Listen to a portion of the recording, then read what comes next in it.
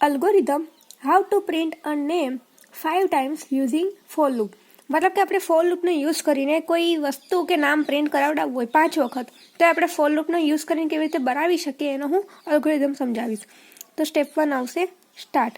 Than step number 2, for i is equal to 1 to 5.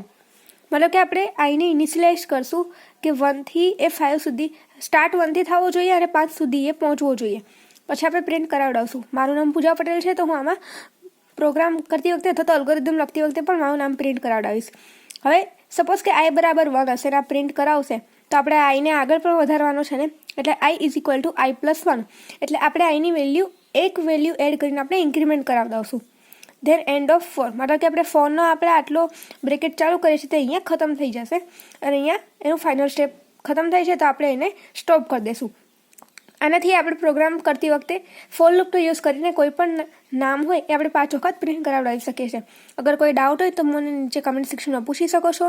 Video સારો લાગ્યો હોય તો ફ્રેન્ડ્સ સાથે શેર કરો, મારા વિડીયોને લાઇક કરો. અગર કોઈ ડાઉટ છે તો કમેન્ટ્સ કરજો અને હા, ચેનલને સબસ્ક્રાઈબ કરવાનું નહીં ભૂલતા. Thank you.